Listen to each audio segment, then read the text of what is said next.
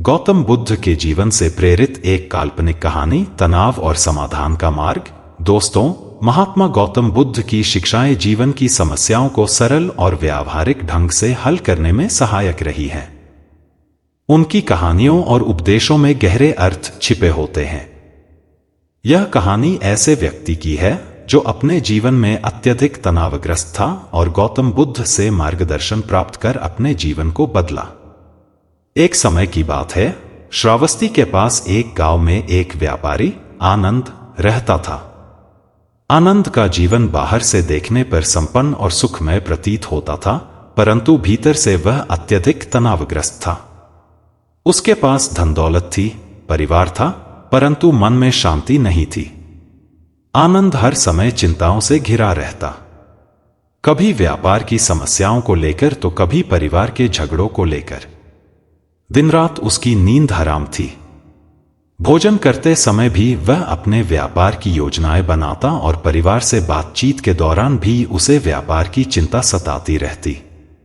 एक दिन आनंद को एक साधु ने सलाह दी, तुम्हें अपने मन की शांति के लिए गौतम बुद्ध के पास जाना चाहिए। वे इन समस्याओं का समाधान बता सकते हैं। आनंद ने पहले इस बात को अनसुना किया, लेकिन जब उसकी हालत और खराब होने लगी तो उसने बुद्ध से मिलने का निर्णय लिया। आनंद थका हुआ और तनाव से भरा हुआ बुद्ध के पास पहुंचा। वह उन्हें प्रणाम कर बोला, भंते, मेरा जीवन एक घने अंधकार की तरह हो गया है। मैं न तो सुखी हूं और न ही शांति का अनुभव करता हूं। कृपया मुझे बताइए, मैं अपने तनाव से कैसे मुक्त हो सकता हूं। गौतम बुद्ध ने आनंद की ओर देखा और शांत स्वर में बोले, आनंद, पहले तुम मेरे साथ बैठो। अपने मन को स्थिर करो और मेरे साथ कुछ समय बिताओ। इसके बाद मैं तुम्हारी समस्या का समाधान बताऊंगा। आनंद बुद्ध के पास बैठ गया। बुद्ध ने उसे एक कहानी सुनाई। एक बार एक गांव में एक स्त्री रहती थी जिसके पास 2 बर्तन थे। एक बर्तन में पानी भरकर वह उसे सिर पर रखकर हर दिन नदी से घर लाती थी। एक दिन एक बर्तन में दरार आ गई। अब जब वह स्त्री नदी से पानी भरकर घर लाती तो वह बर्तन आधा खाली हो जाता। स्त्री ने सोचा कि वह बर्तन बेकार हो गया है और उसे फेंक देना चाहिए। लेकिन अगले दिन उसने देखा कि जिस रास्ते से वह जाती थी, उस टूटे हुए बर्तन की ओर से छोटे छोटे फूल उगाए थे। वह समझ गई कि उस बर्तन ने उसके मार्ग को सुंदर बना दिया था। बुद्ध ने आनंद से पूछा, आनंद, तुमने इस कहानी से क्या सीखा? आनंद ने उत्तर दिया, भंते, शायद यह बताने का प्रयास किया गया है कि हर समस्या में कुछ सकारात्मक पहलू भी होता है। लेकिन मेरे जीवन की समस्याएं तो बहुत बड़ी हैं। इनमें सकारात्मकता कहाँ है? बुद्ध मुस्कुराए और बोले, आनंद, समस्या केवल बाहरी परिस्थितियों में नहीं होती, बल्कि उसे देखने के नजरिए में होती है। तुम अपनी चिंताओं को ऐसे थामे हुए हो जैसे वे तुम्हारी संपत्ति हों। जब तक तुम उन्हें छोड़ोगे नहीं, वे तुम्हें सताती रहेंगी। उन्होंने एक और कहानी सुनाई। एक व्यक्ति को जंगल में चलते हुए एक तीर लगा। तीर में जहर लगा हुआ था। उसके मित्र उसे तुरंत उपचार के लिए ले जाना चाहते थे, लेकिन वह व्यक्ति अड़ गया और कहने लगा, पहले मुझे यह पता चलना चाहिए कि यह तीर किसने चलाया, वह कौन है, उसका क्या उद्देश्य था। उसकी जिज्ञासा इतनी बढ़ गई कि उसने उपचार कराने से इनकार कर दिया। अंततः वह व्यक्ति जहर के कारण मर गया। बुद्ध ने आनंद से पूछा, आनंद, इस व्यक्ति ने क्यों अपनी जान गंवाई? आनंद ने उत्तर दिया, क्योंकि उसने उपचार से अधिक तीर चलाने वाले के बारे में जानने पर ध्यान दिया। उसने समय बर्बाद कर दिया। बुद्ध बोले, यह ठीक उसी तरह है जैसे तुम अपनी चिंताओं को पकड़े हुए हो। जब तुम तनावग्रस्त होते हो तो तुम उन समस्याओं को हल करने की बजाय उनके कारणों और परिणामों में उलझ जाते हो। बुद्ध ने आनंद को कुछ ध्यान और आत्मचिंतन के अभ्यास सिखाए। तुम्हारे तनाव का मुख्य कारण यह है कि तुम या तो भूतकाल की गलतियों के बारे में सोचते हो या भविष्य की चिंताओं में उलझे रहते हो। वर्तमान में जीना सीखो। अभी और यहीं पर ध्यान केंद्रित करो। हर समस्या को पहले स्वीकार करो। जब तक तुम उसे स्वीकार नहीं करोगे, तुम उससे मुक्त नहीं हो सकते। स्वीकार्यता से समाधान का मार्ग खुलता है। अपने मन में उठने वाले हर विचार और भाव को देखो, लेकिन उनसे चिपको मत। जैसे नदी के किनारे बैठा व्यक्ति पानी के बहाव को देखता है, वैसे ही तुम अपने विचारों को देखो। अपने जीवन में जो कुछ भी अच्छा है, उसके लिए कृतज्ञ रहो। यह कृतज्ञता तुम्हें अपने तनाव से मुक्त करेगी और तुम्हें आंतरिक शांति का अनुभव कराएगी। आनंद ने बुद्ध की शिक्षाओं को अपने जीवन में अपनाया। उसने ध्यान का अभ्यास शुरू किया, अपने जीवन की छोटी छोटी खुशियों के लिए आभार व्यक्त करना सीखा और हर समस्या को एक सीख के रूप में देखना शुरू किया। धीरे धीरे उसका तनाव कम होने लगा। कुछ महीनों बाद आनंद फिर बुद्ध से मिलने आया। वह प्रसन्न और शांत था। उसने बुद्ध को प्रणाम करते हुए कहा, भंते, आपकी शिक्षाओं ने मेरे जीवन को बदल दिया। अब मैं अपनी समस्याओं को समझने और उनका समाधान करने में सक्षम हूं। मेरे मन में पहले जैसी बेचैनी नहीं रही। बुद्ध ने उसे आशीर्वाद दिया और कहा, आनंद, याद रखो, शांति बाहरी दुनिया से नहीं, बल्कि भीतर से आती है। जो अपने मन को समझ लेता है, वही सच्चा सुखी होता है। यह कहानी हमें सिखाती है कि तनाव और चिंताओं का समाधान हमारे दृष्टिकोण में छिपा होता है। गौतम बुद्ध की शिक्षाएं हमें यह समझने में मदद करती हैं कि हर समस्या में एक समाधान छिपा होता है, बस हमें उसे सही तरीके से देखने की जरूरत है। यह कहानी तनावग्रस्त लोगों के लिए प्रेरणा है, जो जीवन में शांति और संतुलन की खोज कर रहे हैं। दोस्तों, वीडियो को लाइक भी करते चले। आनंद अब बुद्ध की शिक्षाओं से प्रभावित होकर अपने जीवन को नए सिरे से जीने की कोशिश कर रहा था। लेकिन जीवन की चुनौतियां इतनी सरल नहीं होती। उसने भले ही बुद्ध के पास से कुछ समय के लिए राहत पाली थी, परंतु उसके जीवन की परिस्थितियां अब भी वही थी। उसके व्यापार की समस्याएं, पारिवारिक झगड़े और समाज की अपेक्षाएं उसे बार बार विचलित कर देती थी। एक दिन आनंद के व्यापार में अचानक भारी नुकसान हो गया। उसका एक बड़ा सौदा जो वह महीनों से करने की कोशिश कर रहा था, असफल हो गया। इसके कारण उसे अपने कर्मचारियों का वेतन भी समय पर नहीं दे पाया। परिवार में इस बात को लेकर कई विवाद हुए। उसकी पत्नी ने कहा, तुम्हारी आध्यात्मिक बातें और ध्यान करने से क्या फायदा जब घर का खर्च ही नहीं चल पा रहा। आनंद का मन फिर से अशांत हो गया। उसे लगा कि शायद बुद्ध की शिक्षाएं उसके लिए केवल अल्पकालिक समाधान थी। उसने सोचा कि वह फिर से बुद्ध के पास जाकर अपनी समस्याओं का समाधान मांगेगा। आनंद बुद्ध के पास पहुंचा और उनसे बोला, भंते, आपकी शिक्षाओं ने मुझे पहले तो शांति दी थी, परंतु अब जीवन की समस्याएं फिर से मेरा पीछा कर रही हैं। क्या मैं कभी स्थायी रूप से इन समस्याओं से मुक्त हो सकता हूं? बुद्ध ने आनंद को ध्यान से देखा। उन्होंने कुछ क्षण चुप रहकर उसकी बात सुनी, फिर बोले, आनंद, यह मत सोचो कि जीवन में समस्याएं कभी समाप्त हो जाएंगी। समस्याएं जीवन का हिस्सा हैं।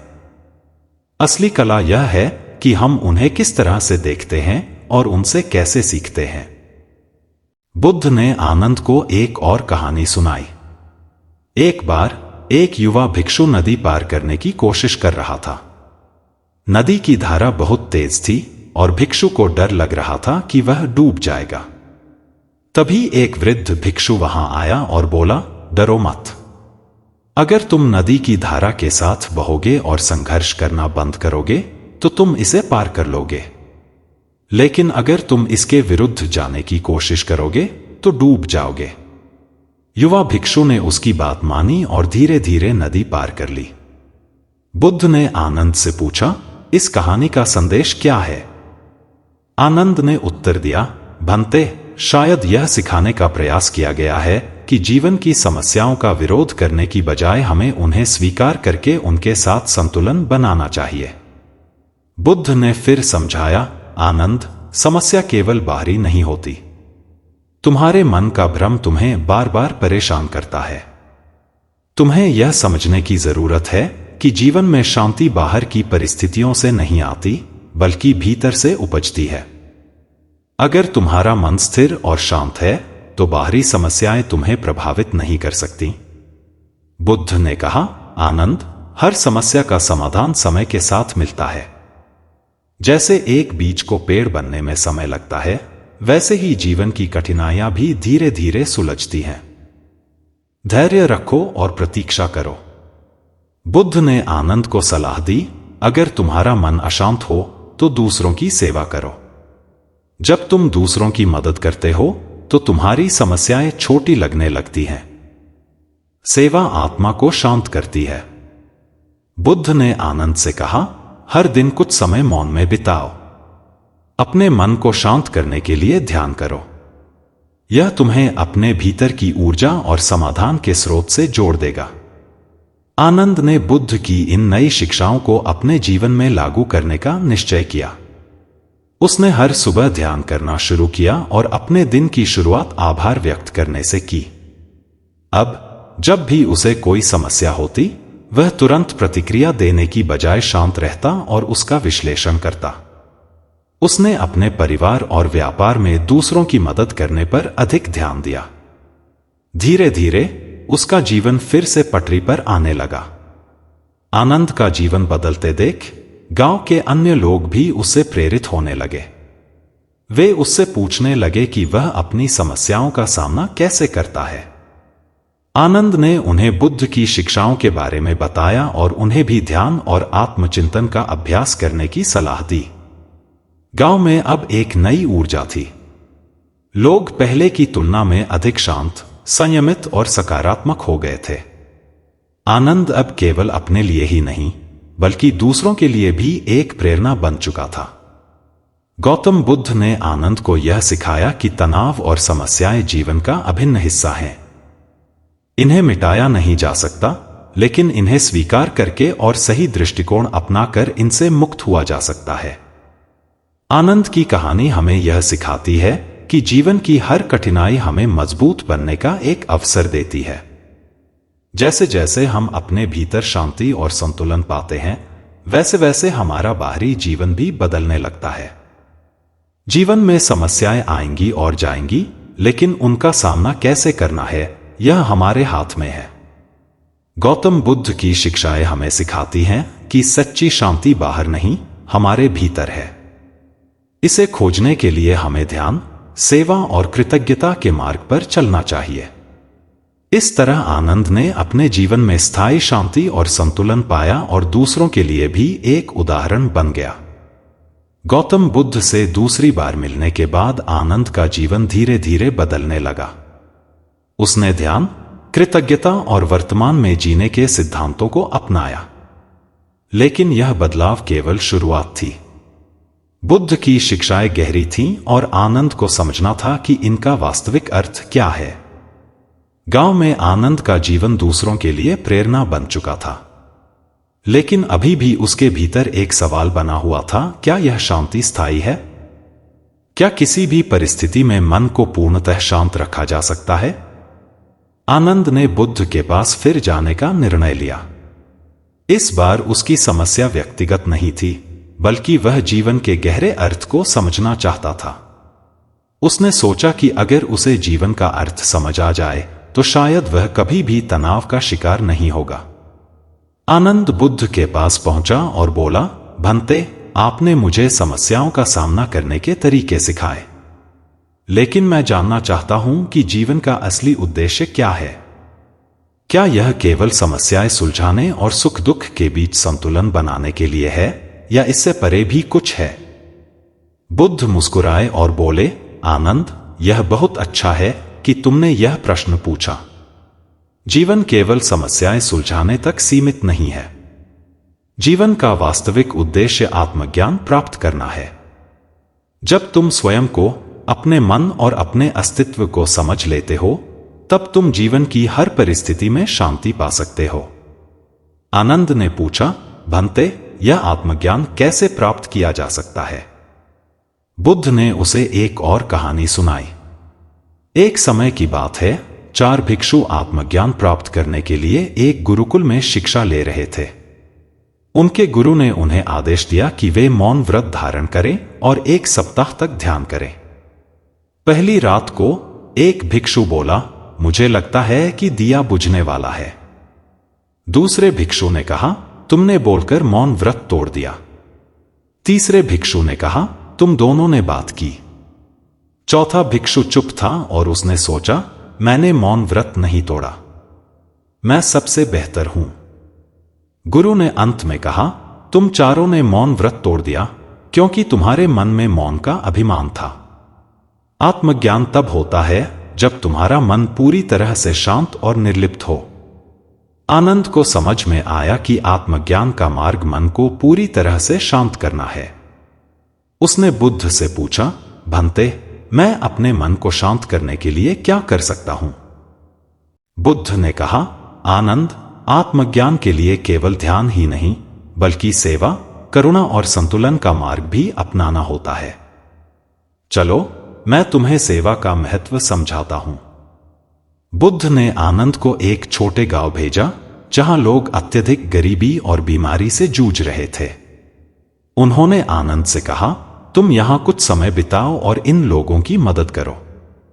जब तुम लौटोगे तो तुम्हें अपने प्रश्नों के उत्तर मिलेंगे। आनंद ने गांव में रहते हुए गरीबों और बीमारों की सेवा शुरू की। उसने उनके लिए भोजन और दवाइयों का प्रबंध किया। वह बच्चों को पढ़ाने लगा और बुजुर्गों के लिए आरामदायक स्थान बनाने लगा। सेवा करते हुए आनंद ने महसूस किया कि जब वह दूसरों की मदद कर रहा होता है तब उसका मन पूरी तरह शांत रहता है। उसे न तो अपने दुखों की चिंता होती, न ही भविष्य की। उसे समझ में आया कि सेवा केवल दूसरों के लिए नहीं बल्कि स्वयं के मन की शांति के लिए भी महत्वपूर्ण है। गांव से लौटने के बाद आनंद ने बुद्ध से कहा, भंते, मैंने सेवा के माध्यम से शांति का अनुभव किया, लेकिन यह अनुभव अस्थायी लगता है। क्या इसे स्थायी बनाया जा सकता है? बुद्ध ने कहा, सेवा स्थायी शांति का एक माध्यम है, लेकिन इसका संयोजन ध्यान और आत्मनिरीक्षण के साथ होना चाहिए। सेवा तुम्हें अहंकार को त्यागना सिखाती है और ध्यान तुम्हें अपने भीतर झांकने का मार्ग देता है। बुद्ध ने आनंद को एक ध्यान पद्धति सिखाई जिसे विपश्यना कहा जाता है। यह ध्यान विधि मन को देखने और समझने का अभ्यास है। बुद्ध ने कहा, आनंद, जब तुम ध्यान करते हो तो केवल अपने श्वास पर ध्यान केंद्रित करो। अपने विचारों को देखो लेकिन उनसे चिपको मत। विचारों को आने और जाने दो जैसे बादल आकाश में तैरते हैं। धीरे धीरे तुम्हारा मन शांत हो जाएगा और तुम आत्मज्ञान की ओर बढ़ने लगोगे। आनंद ने नियमित रूप से ध्यान करना शुरू किया। शुरुआत में उसका मन विचारों से भरा रहता था, लेकिन धीरे धीरे वह अपने मन को शांत करने में सक्षम हो गया। कई महीनों के अभ्यास और सेवा के बाद आनंद ने महसूस किया कि वह पहले की तुलना में अधिक शांत और संतुलित हो गया है। अब जब भी कोई समस्या आती तो वह उसे शांत मन से देखता और समाधान खोजता। आनंद ने बुद्ध से कहा, भंते, अब मुझे जीवन का उद्देश्य समझ में आने लगा है। यह केवल समस्याओं का हल ढूंढने या सुख दुख का सामना करने तक सीमित नहीं है। यह अपने भीतर शांति और संतुलन पाकर दूसरों के लिए प्रेरणा बनने का नाम है। आनंद की कहानी से हमें यह सीखने को मिलता है कि तनाव से मुक्त होना और शांति प्राप्त करना केवल बाहरी परिस्थितियों पर निर्भर नहीं करता। यह हमारी आंतरिक स्थिति पर निर्भर करता है।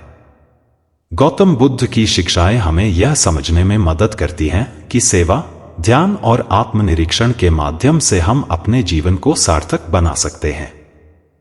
जीवन में समस्याएं आती रहेंगी, लेकिन अगर हम उन्हें शांत मन और सही दृष्टिकोण से देखेंगे तो वे हमारे लिए सीखने और आगे बढ़ने का अवसर बन जाएंगी। आनंद ने अपने जीवन में जो अनुभव किया वह हम सभी के लिए एक मार्गदर्शन है। आत्मज्ञान केवल महान लोगों के लिए नहीं बल्कि हर उस व्यक्ति के लिए है जो इसे प्राप्त करने के लिए सच्चे मन से प्रयास करता है। दोस्तों, शांति बाहर नहीं, हमारे भीतर है। इसे पाने के लिए हमें केवल अपने मन की गहराइयों में झांकना है। तो आपको हमारी यह वीडियो कैसी लगी इसे कमेंट में जरूर बताएं। धन्यवाद।